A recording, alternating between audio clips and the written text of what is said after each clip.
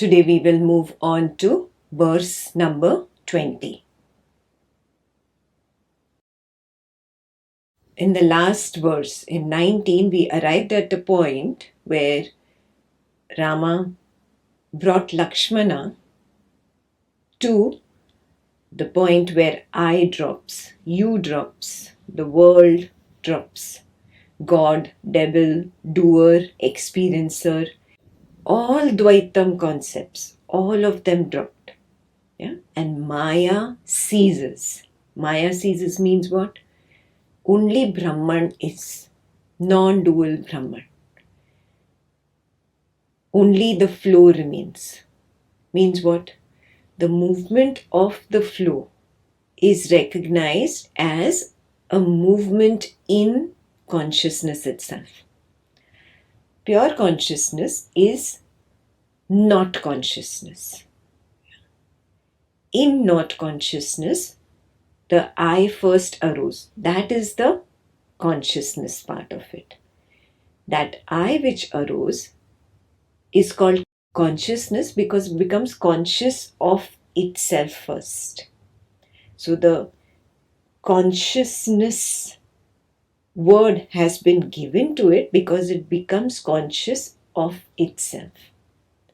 Before that, there is no consciousness of oneself. So the peripheral part is the not consciousness.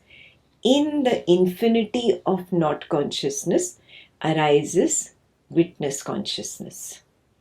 In witness consciousness, doubt arises, I am, but I don't know who or what am I. That arising of the witness consciousness is nothing but a movement in not consciousness or pure consciousness.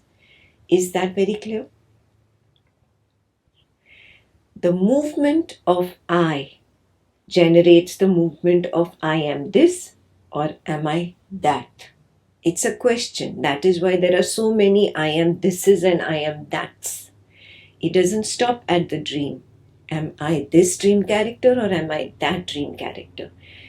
Dreams don't satiate, moves to the waking, projects the waking character. It's not satisfied even with the waking character. It says, okay, then this of the waking character will satisfy. That of the waking character will satisfy. Relationship, money, name, fame, glory, politics, power, social circle, something will satisfy. So you see, everything that comes out of the I is nothing but a movement. That is called the movement of the flow or the movement in pure consciousness or not consciousness. Very clear? Only the movement part is conscious of itself. Pure consciousness, in its very nature, is not conscious. Yeah, that is why it is called the not consciousness. Or it is called consciousness at rest. Means the same. Lakshmana comes to this point and recognizes all is simply Brahman. What does this mean? This means that Lakshmana's Brahman Satyam journey has culminated. But is it complete yet? No. Now the Jagat Mithya journey will begin. You don't be in a hurry to announce that you have recognized Brahman already. You don't be in a hurry to announce that Brahman Satyam journey is complete unless you have got to the same point as Lakshmana got. Where did he get? That on realization of everything as Advaitam, Maya's spell broke. Maya lost its grip on Lakshmana totally. Means what? Means Maya cannot be born again. If Maya cannot be born again, that means moment to moment to moment to moment to moment. There is clarity that I am the not consciousness. It is not a glimpse for Lakshmana, remember. Yeah? It's a moment to moment to moment to moment clarity. Are you there yet? If it's not moment to moment, then Brahman Satyam journey has not been completed. Of course, you will get glimpses. We all get glimpses. Even the ignorant one who is not properly on the path of spirituality or self inquiry, even the ignorant one gets glimpses. So, glimpses is not equivalent to the completion of the Brahman Satyam journey. Today's homework number 1: has the Brahman Satyam journey culminated for me, or do I just see glimpses here and there? And how do I know if it has culminated for me? Moment to moment to moment, I am in not consciousness. I recognize myself as that which is beyond the witness consciousness.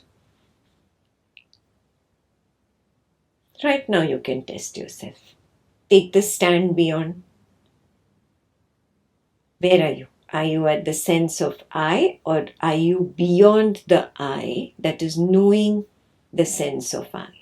That is knowing the witness consciousness. That is knowing the feeling of being conscious.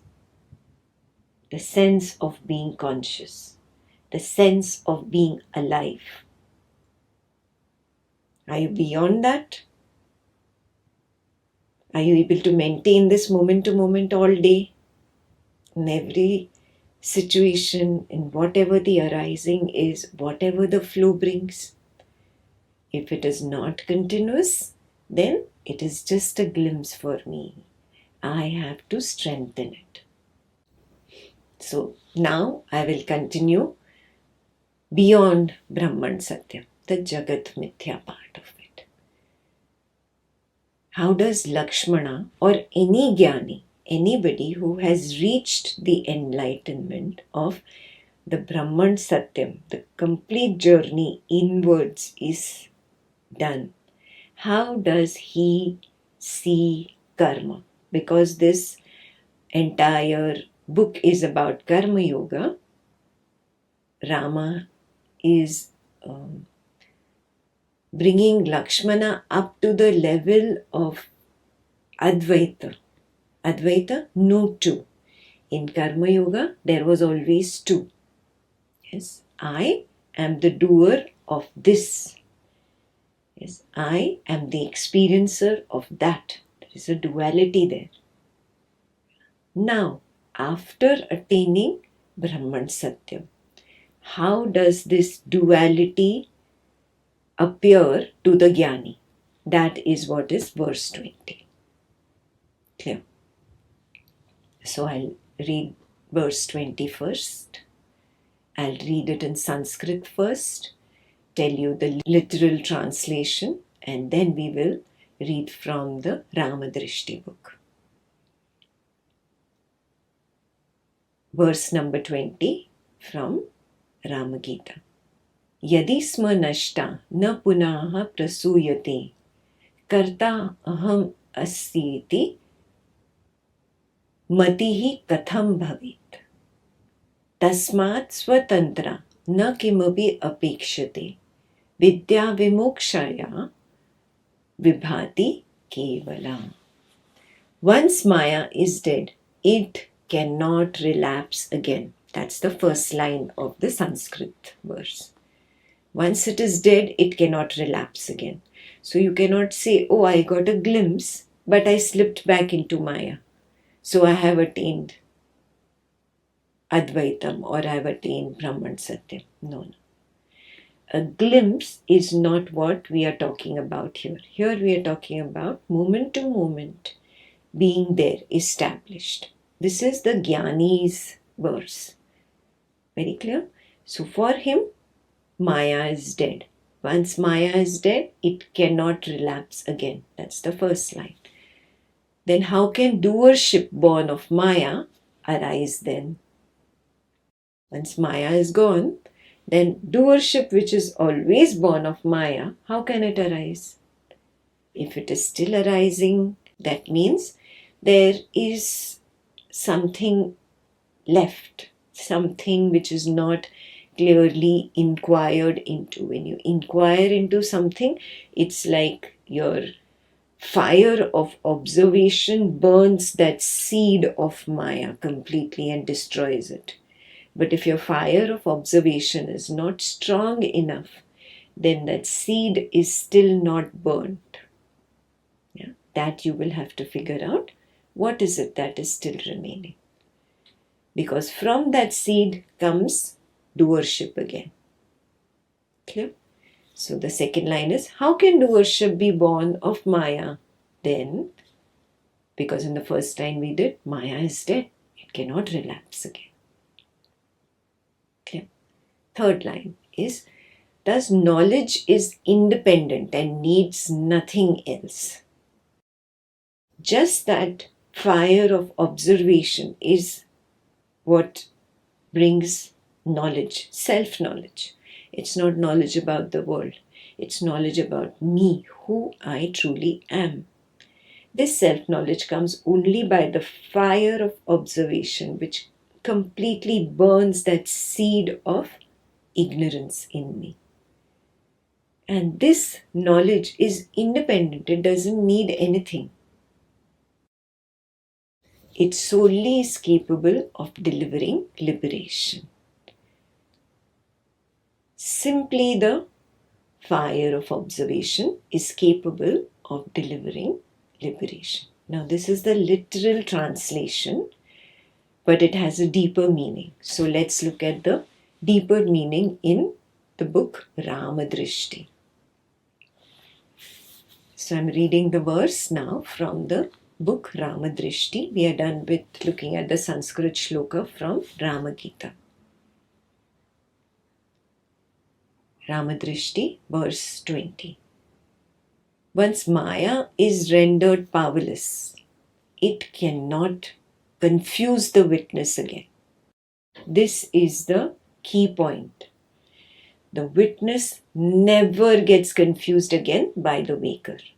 Right now, even if there is a so-called waker that is teaching something, that is moving the hands, that has some speech coming out, I am never confused that this is me. Never. It cannot confuse me at all. This is a very simple action of sitting and speaking. Even in the most turbulent, chaotic scenario, the witness will not get confused. This is the key point. Homework number 2. Are you at the point where the witness does not get confused again?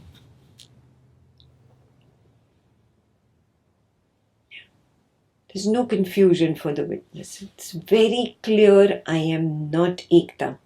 There is no question of me being Ekta. I cannot be Ekta. Not even for a little bit does that doubt arise. That is the meaning of moment to moment, moment to moment. There is a clear recognition of I am that. I am not this. Earlier, in the first part of the journey, the witness was standing here and the witness was always outward turned.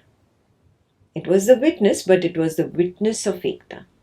Now, the witness has turned inward and knows, I am the not consciousness. The turning inwards is the key. Is this clear? Ekta is right-handed, so she points it out here. The witness is not standing on the right side behind you. Yeah? If Ekta was left-handed, she would point here. Yeah? You know what I mean by the witness. It is the infinite field. It was turned outwards towards the waker and the waking world. That's why it used to say, I am the witness of the waker and the waking world. Now the witnesses turned inwards and recognized, oh, I am the not consciousness from which I arise and into which I dissolve. So it has turned inwards. This turning inwards is what prevents the confusion from ever arising again. That is the question, the homework question. Has the witness turned inwards enough so as to never get confused again? Okay. Second line of Ramadrishti. The conviction of the impossibility of personhood anchors itself firmly. There is a conviction in this witness. Why? The conviction has come from the inward turning. The conviction has come from the collapse into the not consciousness. The conviction has come from the recognition of the not consciousness, recognizing, oh, in me only the witness consciousness appears. Who is knowing it? Oh, I am that. So that knowledge of the higher witness or the not consciousness is obviously communicated to the witness consciousness, because witness consciousness is the same water that the not consciousness is. So the ocean knows the hidden secret suddenly. Obviously the wave knows it now. Clear? That's how the conviction of the impossibility of being ekta anchors itself firmly. It's not like today in a knowledge session the conviction is there. Tomorrow there is no knowledge session. There is all family, friends, social life. So the conviction is gone. No. The impossibility of personhood is very clear in every situation, in every event. Continuously, consistently clear. Yeah. If the personhood is impossible, can doership become possible? No. Because doer is whom? Is the person itself. When personhood is impossible, obviously there is the conviction of non-doership. That's the third line. The conviction of non-doership gains a tremendous foothold. Yeah. That is why so easily I can shun the action of ekta, even if there is appreciation, there is this, there is that, there is so much coming, so many attacks to show, oh, see, you are fantastic, you've done this, you've done this. No, there is absolute conviction, I am not the doer. So when there is non-doership, obviously there is non-experiencership.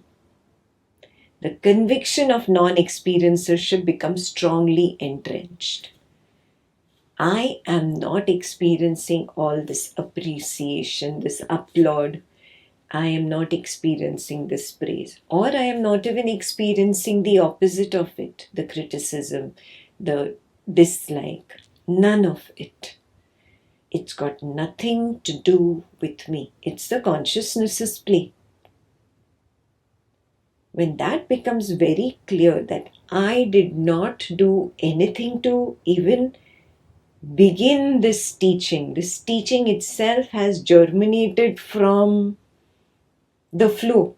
I knew about it after it started happening.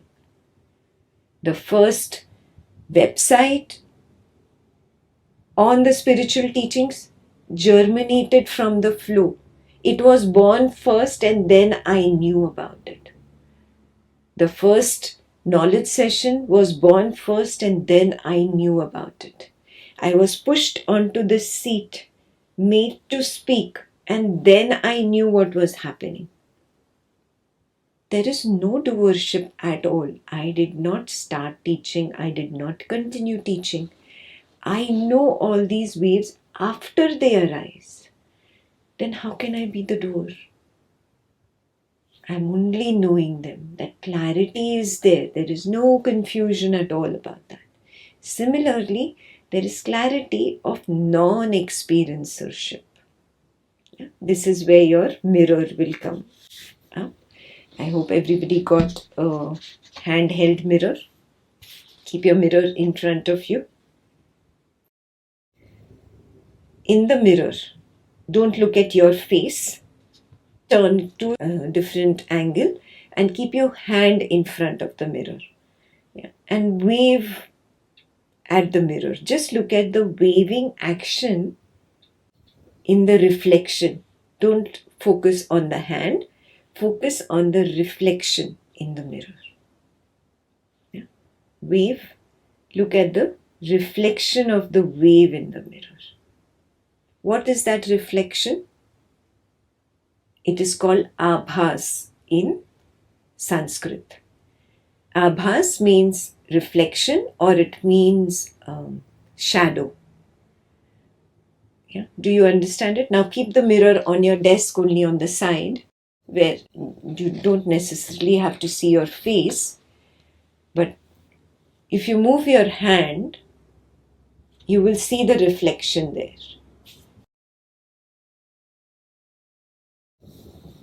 The reflection in the mirror, the abhas. Do you recognize it? It is not the hand moving. It is not an action. It is the reflection of an arising. And the arising is only a movement. When you see it moving, you are not really focusing on the perception of the shape and color. The moment you're focusing on the perception of shape and color, which is nothing but perception of sight, then you don't see it moving. Yeah, there is only one.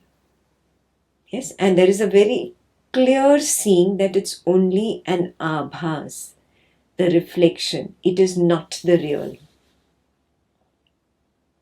Do you see that? Is there a recognition that it is not the real? I just brought this up as an example. What am I trying to say here? That I see everything that Ekta does, Ekta speaks, Ekta experiences, all this I see as an abhas. Yeah? Because I'm very clear that Ekta cannot move her hand of her own accord. It is the power of consciousness that has been borrowed, and it lasts only so much time, and it lasts only till that arising appears and that arising disappears. Just like a phone, you charge your phone, right? Only that much time the phone is dancing, singing, showing pictures, appears to be all conscious and alive. But the moment its charge dies, the reality of the phone is revealed. Oh, it's dead in itself. Yeah, it has no current of its own. It has no energy of its own. It has no electricity of its own. Yes, that is clear about the phone. Now look at the reflection of the wave again in the mirror. Do you see it? That is only that borrowed charge, that borrowed consciousness, the abhas. That's how I see every action of Ekta that could have given me the false idea of I am the doer of the action. Attempt to understand it at the bhava level, at the intellectual level, you cannot understand this.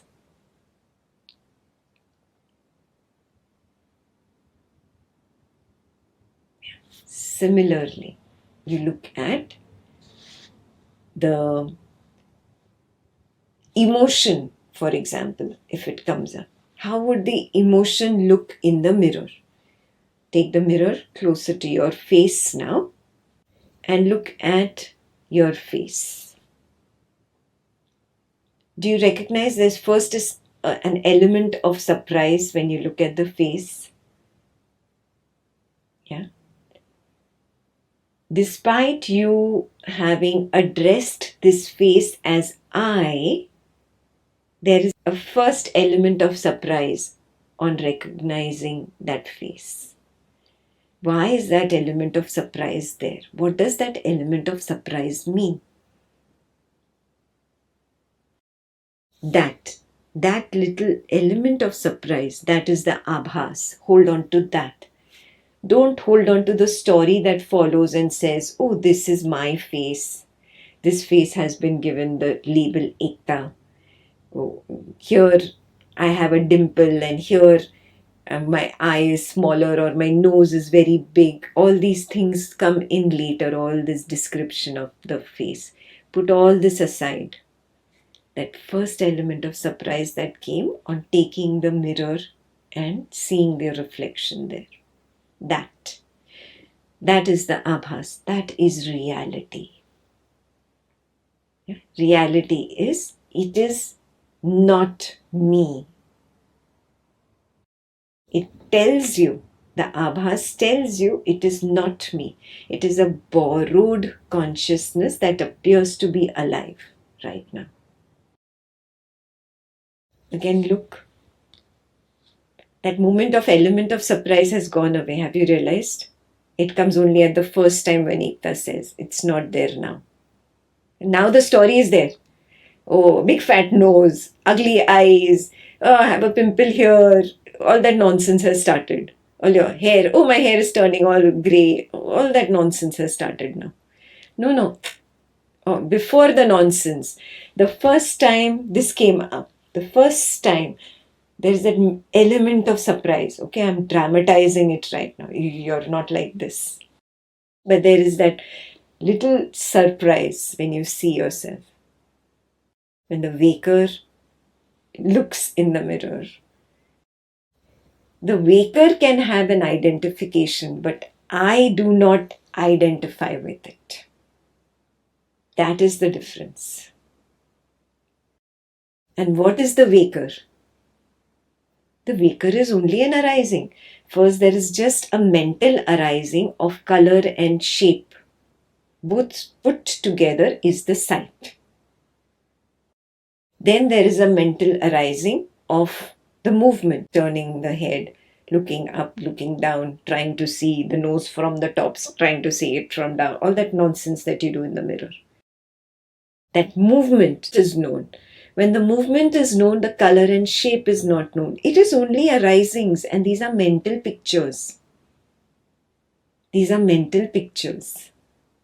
Are you sure the way for example, Shalini asked the question, the way Shalini sees her color, shape, movement, are you sure that's how Ekta sees Shalini's color, shape, movement?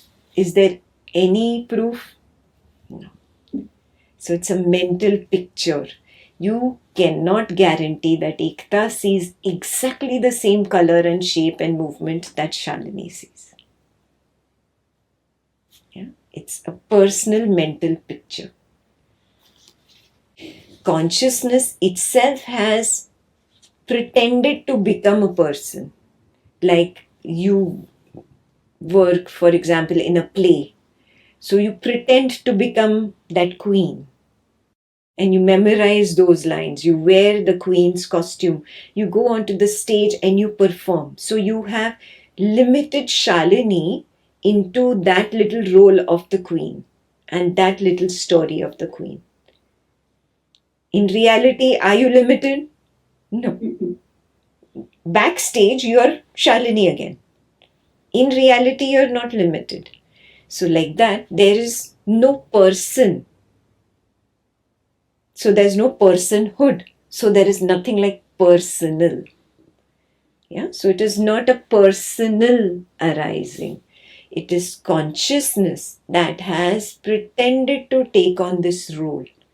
That also creates the idea of a personal creation, where there is the husband, the family, the work, the social life, the spiritual life, etc., etc., etc. Do you see this? All this role belongs to that queen on the stage. But it's not personal. It is the consciousness that is selecting this particular role to be able to see the world. Just like that. So become very clear that element of surprise that happened to me on suddenly seeing the reflection, which I addressed as I. Remember the ignorant years? That was I. Yes, you looked into the mirror and you had an image of yourself. That image was me, because I can never see this. How much ever I try, I can never see this. Yeah. If you take a step back down to the waker and try to imagine your face, you will always imagine a 2D face. It will never be 3D. Do you recognize this element? Yes? The family member is interacting with the 3D face. In the mind of the waker, there is a 2D face. Do you see the discrepancy? Yes? I'm just bringing out a small example to show you that this is exactly the discrepancy between the consciousness, which thought I am Ekta and imagined to be this 2D face, or the 2D, even the whole body in the mirror is 2D. It's not 3D. Yeah, the whole body also, top to bottom. This is the way I am. That is what consciousness had confused itself. But now it becomes so clear, no, I am that nothingness, that into which I collapsed. And this 2D image is a somethingness. Very clear? And this 2D image is nothing but my own projection. My means not the waker. The projection itself is the waker, remember that. It's the consciousness that has taken on the role, agreed, yes, I will do the role of the queen, and is memorizing the lines and picturing how the stage will be, what the costumes will be, and how I will deliver these lines. All this rehearsal that is being done by the consciousness, that confuses the consciousness of its true identity. It's like, who am I? Am I the queen that is going on the stage, or am I that nothingness from which I arose? Queen is spicy, no? Some masala there. Nothingness is so bland and boring. That's how consciousness gets confused. Now, the main part of this sutra is, after I understand this confusion, how do I see myself? The way there is a reflection in the mirror and there is 100% clarity, this is not me. Like that. There is a clarity right now. Ekta is sitting here. She's explaining this to Shalini. Her hands are moving. The speech is coming out. But this is all like that reflection in the mirror. False. Nakli. Fake. Not real. Abhas, but not it. Try to understand Abhas, okay? I just gave you an example of that mirror and reflection. That's only a symbolism. You feel it very clearly. Sometimes you get glimpses. Am I here or am I not here? Yes, that is the Abhas. You suddenly feel, is this happening or is this not happening? That is the Abhas. That is what I'm talking about. That is so difficult to put in an example. Yeah? The reflection in the mirror is the closest that you can come to an Abhas. Yeah? Where reality is knocking on your door and showing you that that's not me. The first element of surprise. Oh. The rest is the story. I look like this. I feel like this. This is a new pimple. Oh, this is a new white hair. Whatever rubbish. This is memory story. I've just built from the past memory story where I did not have the white hair and now I have the white hair. Or I did not have the pimple, which is from the past story, and now I have a pimple. Do you see this? Memory story. No. All that aside, the first element of surprise when there is a mirror. Have you realized? Suppose you're in a store. In a store, you're not expecting a mirror, but suddenly you cross by and you see something pass. Again, you go and you do this. you forget why you got attracted to the mirror. You don't pay attention to the reason why I got attracted to the mirror in the first place. That reason is that element of surprise, that element of, how can this be me? Oh, this is not me. There's this little moment of confusion. Pay attention to that. That is reality knocking at my door, telling me I am not the person. Yeah. But I do exact opposite. I try to convince myself, no, I am the person. See, I look like this. Yes, I've always looked like this. Oh, see. What am I doing? I am validating it myself that I exist. Do you see that?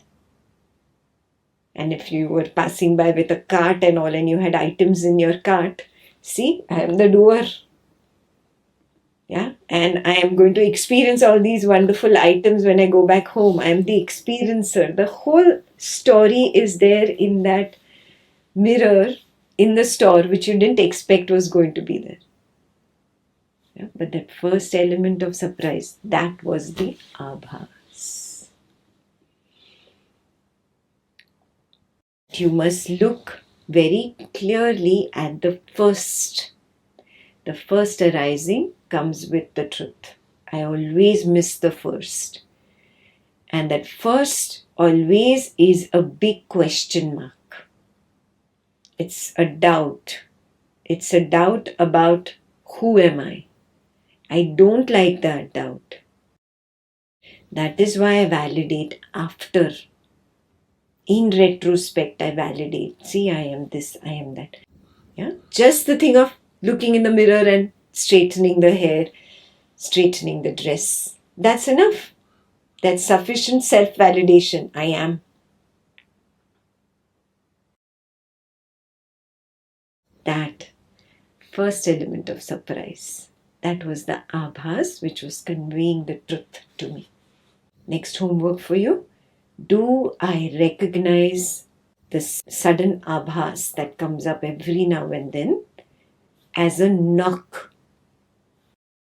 by reality? So now I'll continue reading Ramadrishti. So what happens for the Jnani? The Jnani is not confused. Never. That first little abhas comes up, he holds on to that. He realizes this is not me. This person in the mirror is not me. This action that is happening is not me. It is only abhas. So for the Jnani, there is no confusion at all. He becomes very clear, because there's conviction of the impossibility of personhood, conviction of non-doership, and the conviction of non-experiencership. It's completely established for him. He is not blind. He can see that Vaker's arising is there. He can see that the sight arising is there, sound arising, smell arising, touch arising. All this he sees. He's not become blind or deaf or mute. No. All functions are there. There is a clear recognition that it is only a reflection in the mirror. It is like the phone dancing on a borrowed charge, on borrowed electricity. It is not real. And very clearly, this is seen at bhava level. This cannot be understood at the intellectual level. Recognizing this at the bhava level, in that first element of surprise, in that first recognition, is this real or not real? Is this really happening or not? It's even in your relationships when you hug your beloved and still don't feel that you're hugging. You don't feel close enough. You don't feel the beloved is loyal. You don't feel that the beloved is faithful. Why do these doubts come up? These are all story later. Recognize there is that first element of not belonging there. That is reality, no? There is no person here, there is no person there is no question of belonging. Can you say this side of the space belongs to that side of the space? Can you say nothingness belongs to nothingness? That is why you don't feel the belongingness. Do you understand what I'm saying? But you push this feeling aside and you try to hug the beloved even tighter. You try to go deeper into your intimate sensual moments. You want more romance, you want more interaction. How much ever you get, you don't feel that's enough. It doesn't satisfy you. Do you realize this? Why? Because that first moment of space cannot belong to space. You ignored that. You ignored that. You just took it as an insecurity. Oh, she doesn't love me enough. He doesn't love me enough. Let me hold on tighter. Do you see this? That is the mistake you're making. You're not recognizing the abhas of reality. Abhas, understand, that beautiful sense, the knock from reality that showed you there is no belongingness here. You became the waker became all jittery and fearful and oh, there is no belongingness, he does not love me, she does not love me. Grab tighter, even tighter, even tighter. And that's where they're like, oh, please give me space, go away. There, you have missed the first truth, the abhas. You got jittery with it and you tried to validate your relationship. By validating your relationship, you're validating the this and the that. The moment this and that is validated, you're validating I. I exist. See, I am loved so much. This is the issue. This is the issue. How does the Jnani see it? There is only the clear seeing of Ekta there, the body arising of Ekta. It is only a Karta Abhas. It is not real Karta. You have to understand the meaning of Abhas. The first recognition, there is no Ekta, there is only a body arising of Ekta. That clarity comes only in that first second, that first recognition. You become jittery with that first recognition and you want to cover it up with validation. This is the problem. Now, for the yogi, what has happened is the next line in Ramadrishti.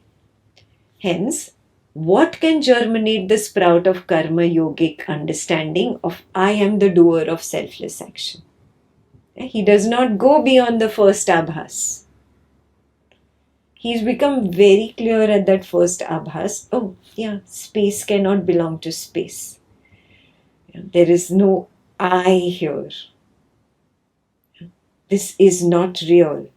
At the first abhas, he stops. Clear?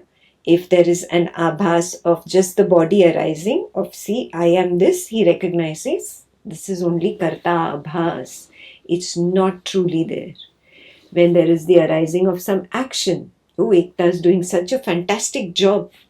Oh, this is only karma abhas. There is no real karma there. Now, do you understand abhas? Yeah. What the reality is trying to convey to me, that I recognize in the first. Yeah. That is why, what can germinate the sprout of karma yogic understanding of I am the doer of the selfless action? Nothing. Nothing can. Yeah. This is the yogi's stand now. He's become established there. And how can the idea of acting without anticipation ever appear? People who walk the path of karma yoga, they are told that you should act without expectations. Karm karo, karm phalam ki chinta mat karo. This is act without anticipation. But people only memorize it and then they have an expectation in the mind. They think I did this, so now I should get the fruit of the action, but I am going to be like a good karma yogi and not say it from the lips. Arey, but it is in your mind. You're fooling yourself. You've already told yourself, I'm such a good karma yogi, which means I have done this action. You've already entangled yourself in the whole doership, experiencership, vicious cycle. No. The whole thing will collapse. The whole thing collapses for the jnani. How can the idea of acting without anticipation ever appear? Yeah, because he's clear. There is no action, there is no actor. It is only karta abhas and there is only karma abhas. Everything is abhas only, like a reflection in the mirror. How you are very clear that reflection in the mirror is not real like that. That clear seeing is there, that all this, the actor, the action, the experience, all of it is an abhas, a reflection in the mirror. It is not real.